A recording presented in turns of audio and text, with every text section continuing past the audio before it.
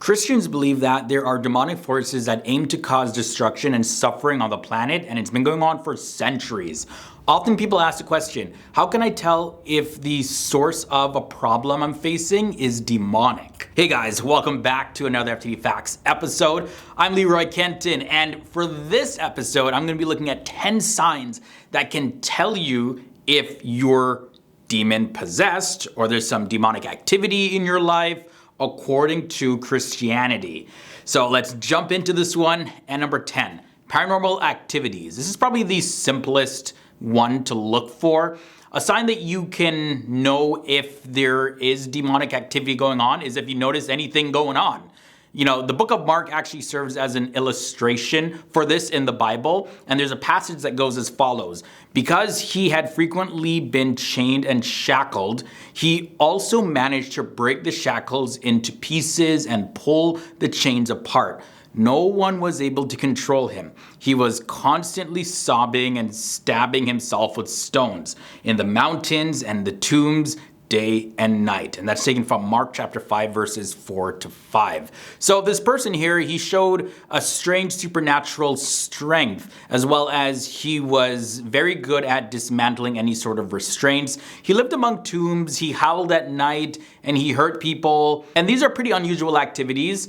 Outside of that though, you know, seeing like a chair move in your house or shadows or hearing sounds, that's also a sign. Moving on to number 9, chronic sickness. So according to Christianity, a demon can also cause you some chronic illnesses. And this reference is found in Mark chapter 9 verses 25. Deaf and dumb spirit, I command you to come out of him and enter him no more, Jesus said, rebuking the unclean spirit. So in treating this person, Jesus not only treated them, but also rebuked a spirit that had influence over them. That indicates that certain illnesses may be motivated by demons. In at the number 8 spot, craving ungodly things.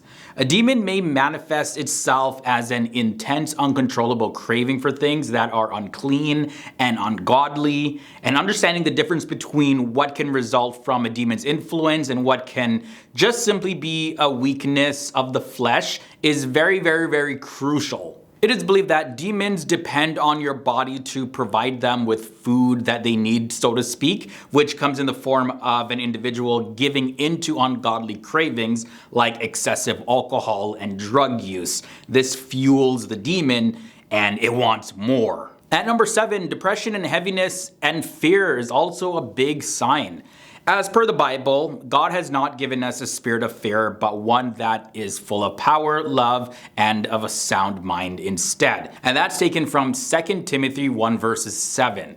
Now, there are 3 types of fear. There's a spirit of fear, there's also the fear of God, and the natural fear that serves to protect us. So it is made clear by this verse that it actually might be a spirit. When you feel as though something is taking control and rendering you incapable of functioning, this tells you that there's actually a difference between a genuine fear, like a fear of crossing a road when it's busy, you don't want to get hit by a car, versus if you're just incapable of going across the road completely, it's a sign that this could be a demonic spirit. Moving on to number 6, also an urge for violence is a sign that you have a demon. No matter how much of a thrill seeker that human beings are, we often have a healthy limit. And this, of course, keeps us going and it keeps us alive. But a person can lose the sense of awareness and lose control, and that is based off of the amount of control that a demon may have in their lives. So these type of people, they frequently may hurt themselves or hurt others. And this occasionally happens with outbursts, just random outbursts which cause hurt on other people. And oftentimes somebody would say, I don't know what happened. You know, I just lost control. It just happened. Yeah, could be a sign.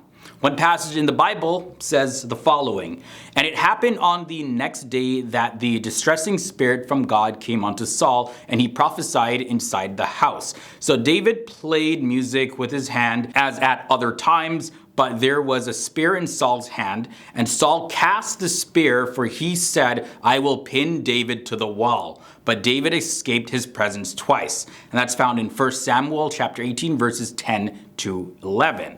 So there somebody was prophesying and then the spirit came, he got really angry, tried to pin David into the wall with a spear. Next, let's look at attacks while you are sleeping.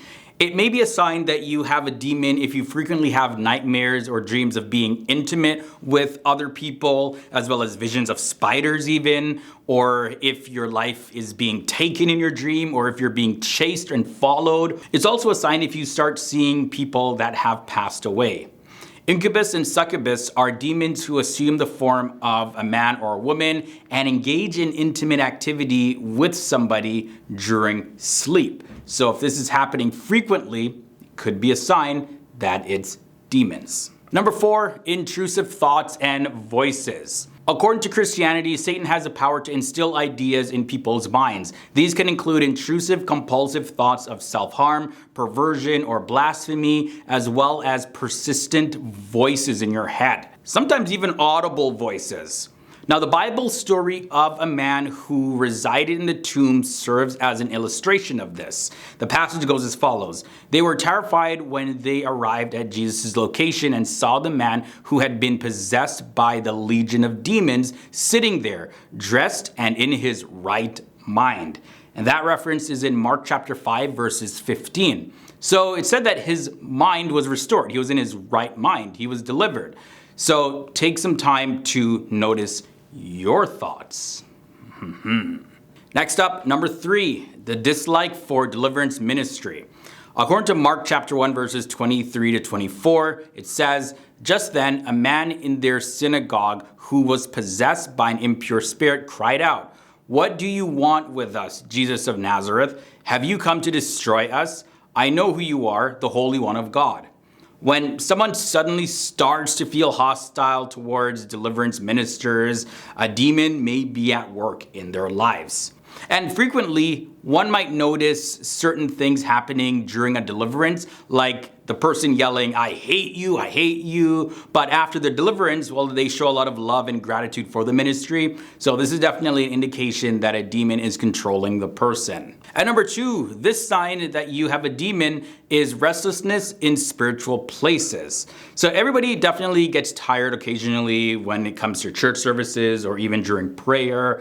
There is nothing wrong with that if it's done occasionally. And even in the Bible, there's instances while Jesus was in prayer that his disciples actually fell asleep. You can check Matthew chapter 26 verses 40. However, when there is a constant extreme restlessness in spiritual environments, then it can be an indicator that it most likely is a demon and the demon doesn't want you to be there. Ending this episode off at number 1, interest in the occult.